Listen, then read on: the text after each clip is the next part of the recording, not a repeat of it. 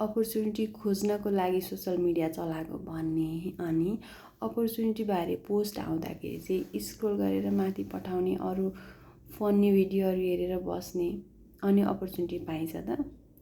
अपर्च्युनिटीको बारेमा बुझ्नलाई, थाहा पाउनको लागि त अपर्च्युनिटीबारे भिडियो आउँदाखेरि, पोस्टहरू आउँदाखेरि त्यसलाई राम्रोसँग हेर्नु पर्यो, बुझ्नु पर्यो नि, अनि पो हुन्छ त। तपाईँलाई कस्तो खालको अपर्च्युनिटी आएको भन्नुहोस् त?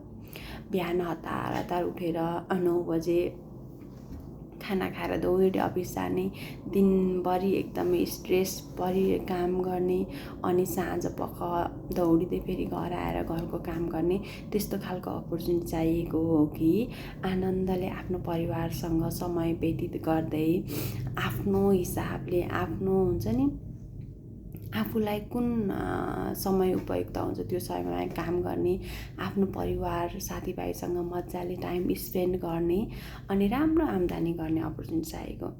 यदि तपाईँलाई यस्तो खालको फ्रिडम अनि फ्लेक्सिबिलिटी भएको अपर्च्युनिटी चाहिएको हो भनेदेखि चाहिँ मलाई सम्झनुहोस् र थप जानकारीको लागि मलाई फलो गर्नुहोस् अनि मेसेज गर्नुहोस् है त।